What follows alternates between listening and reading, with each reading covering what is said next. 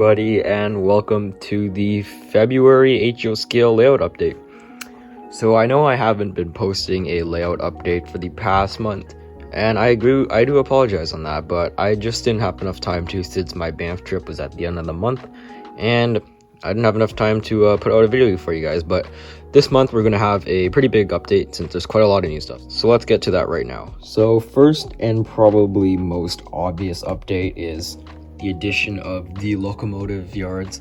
So I did make a separate video, I'll link it in the cards up here, about the whole process of how I transform this area into the locomotive facility is right now. I've still got a little work to do here. We've got some parking lines that need to be painted and some over here.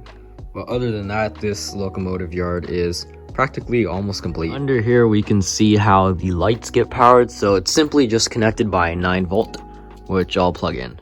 And here we are with all of these shops lit up. So I purchased these lights on eBay, and they weren't Woodland Scenics, they were just a random Chinese brand, I think it was.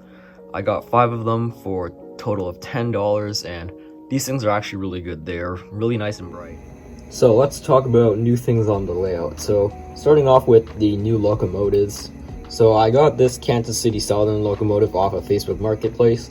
It's an ST70 Ace, my favorite engine, and Kansas City Southern, also my favorite paint scheme, so super thrilled to have that in my collection finally, something I've always wanted. I got it for $125 on Marketplace, DCC sound equipped, and it's an Athearn Genesis, so this thing runs amazing. Another new engine, this one being a CN ET44 AC by Intermountain, was picked up at the Woodstock Train Show this year. I got this one for $170 DCC, no sound unfortunately, but this thing is amazing. The detail on it is absolutely outstanding. It's got rotating bearing caps, freestanding grab irons and all of that, all of your MU cables painted, and all of the underbody detail too, which is absolutely amazing. And the final new engine for this update is this Kato CP Rail ST40-2. I got this on Facebook Marketplace for $90, which I thought was a decent price for a Kato. It's only DC, but I will eventually put sound into it. And this is an absolutely amazing runner. Runs with no problems, no issues. Very quiet drivetrain, which is what I like in these Kato engines. And coming here over to the Workbench, this is actually a DIY spray booth that I made. So this is just an area where I can spray paint my models in a safe enclosed area. And let's get to some of the projects that are going on right now. So currently, I'm in the middle of painting up a CN-9. This used to be the Norfolk Southern engine, which I actually didn't really like that much. And I decided this is going to become a CN-9 now. I have 2 Coslow CN teardrop window cabs on the way, which are both coming from Facebook Marketplace, $25 each. And those are going to be here within a few weeks from now.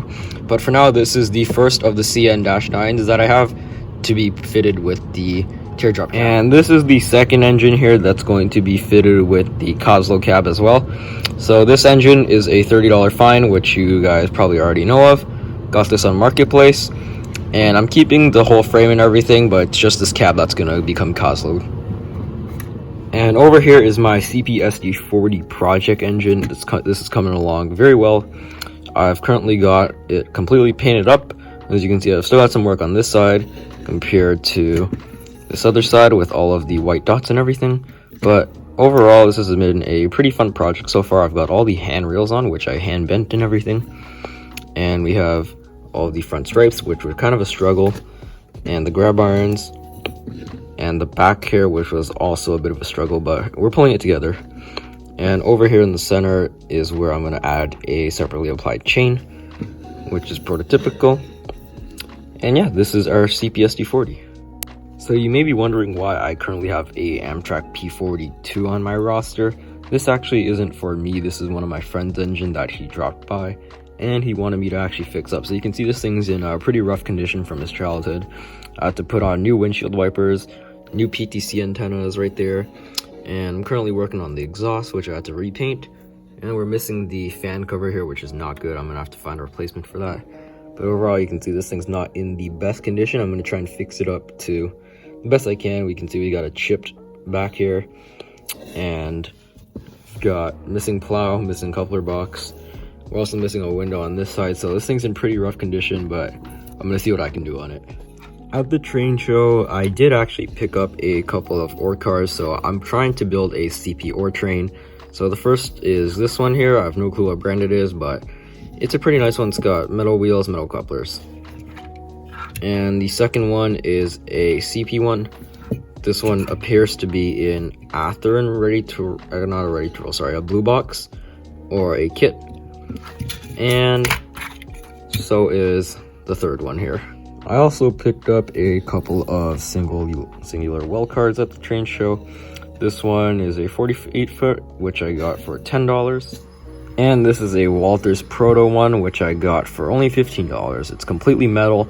It's also a 48 foot one. It's got metal wheels, metal couplers. And enjoy this quick compilation of some of the projects that I've been working on.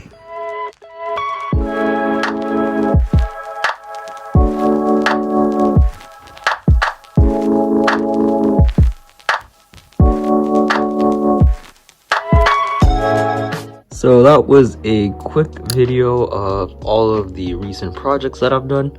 And to all of you wondering, all of the Amtrak fans, where the Acela has been, well, I'm actually sorry to inform you guys that it's no longer part of the roster.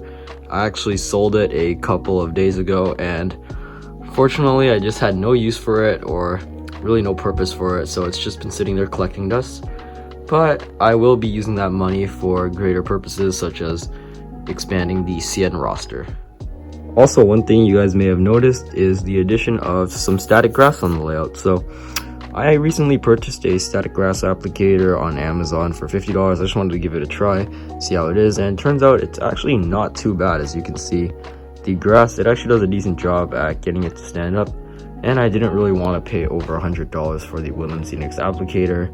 And I started to do it on the other side too, around this area, and just on this section coming in here. And I also started on some terrain features.